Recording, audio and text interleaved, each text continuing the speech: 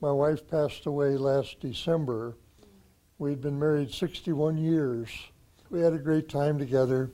When she passed away, about 40% of the family income went with her. I knew that being alone, I would have to make some adjustment in my budget. And I was concerned about my ability to give. I came across a passage in Proverbs 19:17.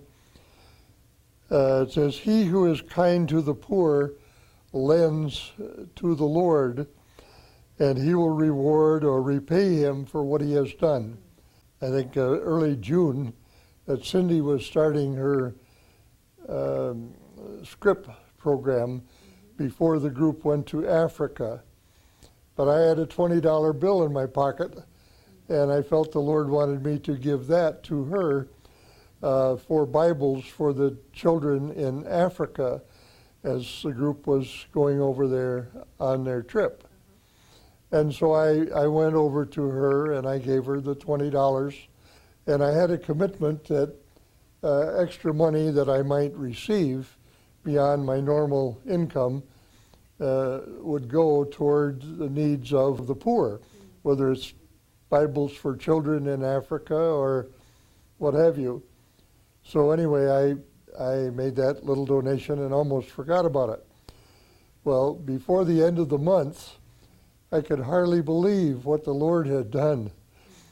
That $20 that I gave had multiplied over 200 times.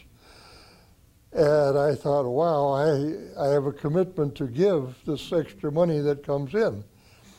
And I participate with the Campus Crusade group, and they had what they called rapid deployment kits.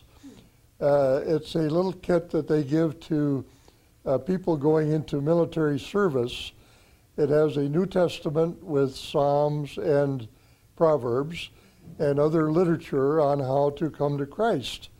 And it's given out through chaplains and so on to those who want it as they go into military service, and some of them, of course, into harm's way.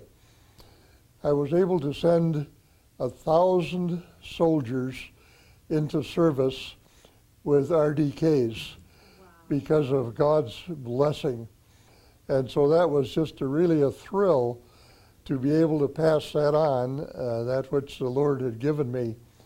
And it just surprised me so much of the size of his blessing.